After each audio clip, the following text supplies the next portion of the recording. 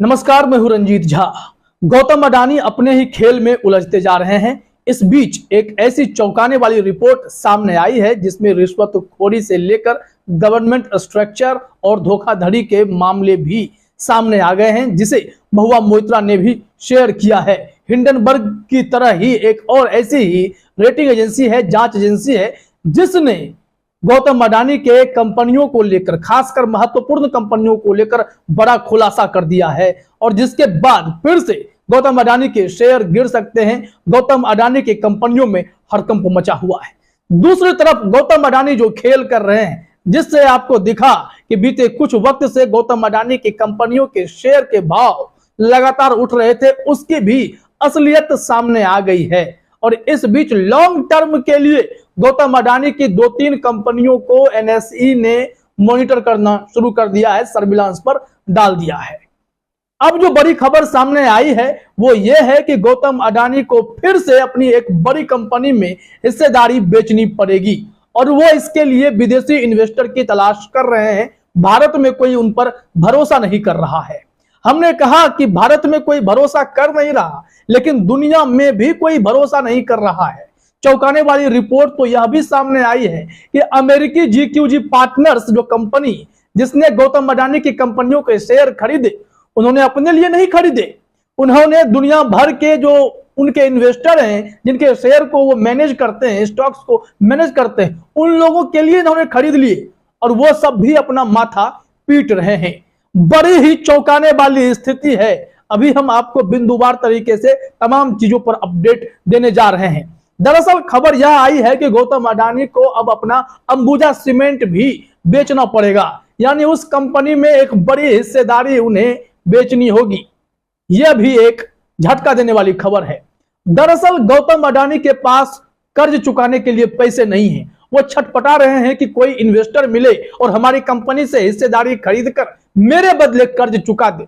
अमेरिकी GQG partners ने उतनी व्यवस्था कर दी। 15,000 करोड़ रुपए में से इन्होंने लगभग 7,500 करोड़ रुपए जो है चुकाए, लेकिन उससे क्या होगा? 2.25 लाख करोड़ के आसपास इनका कर्ज है। तो समंदर से एक लोटा पानी निकालकर पोखर में डाल देंगे तो क्या हो जाएगा? गौतम अडानी इस बार अपने ही खेल में उलझते जा रहे हैं। तो सबसे पहले जरा जो नई रिपोर्ट सामने आई है, जिसमें bribery, fraud and government structure की चर्चा की गई है, उसे समझना जरूरी है।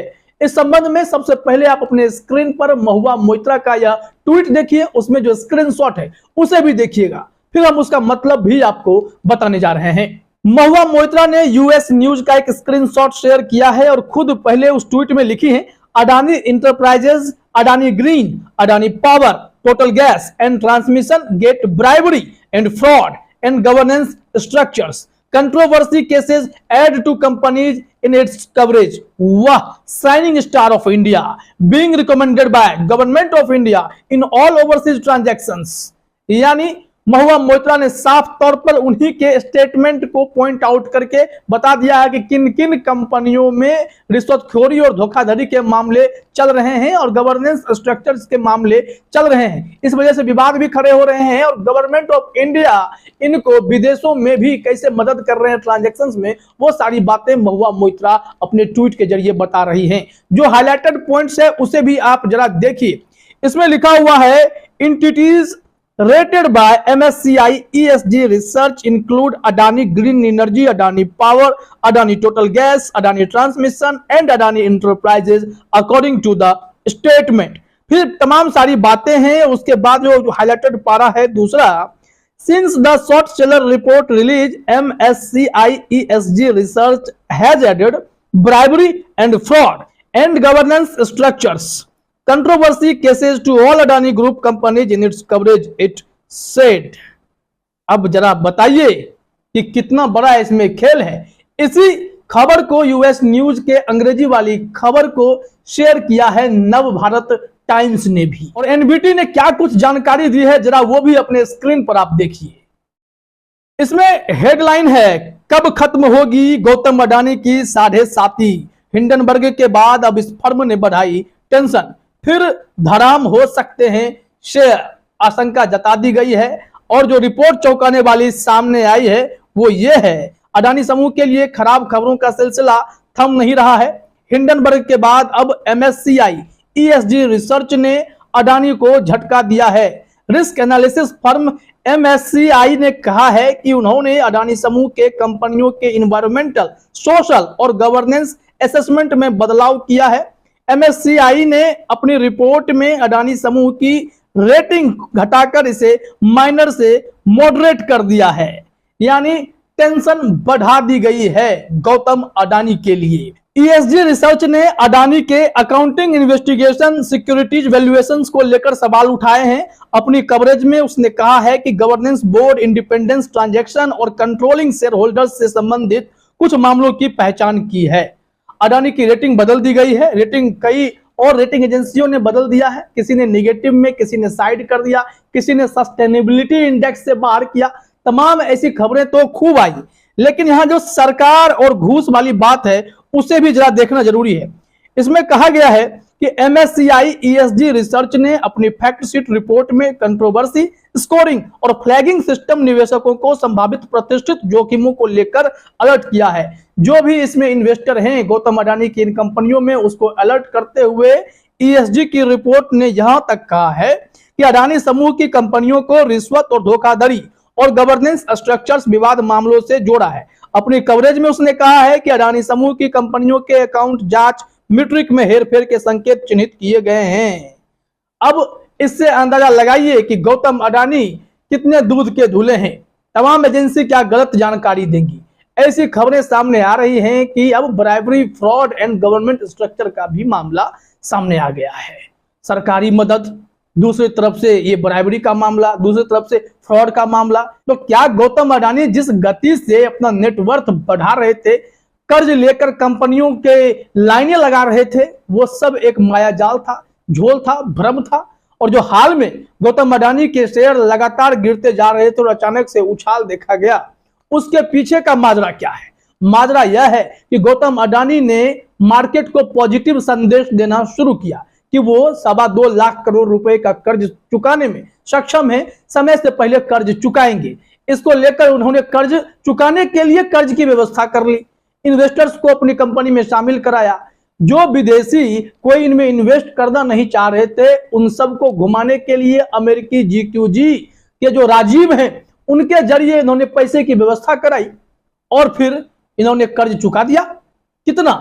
7,000 से थोड़ा अधिक करोड़ रुपए चुकाए, 2.25 लाख करोड़ के तुलना में। वैसे तो बहुत पैसे होते हैं, तो इतने पैसे उन्होंने चुकाए।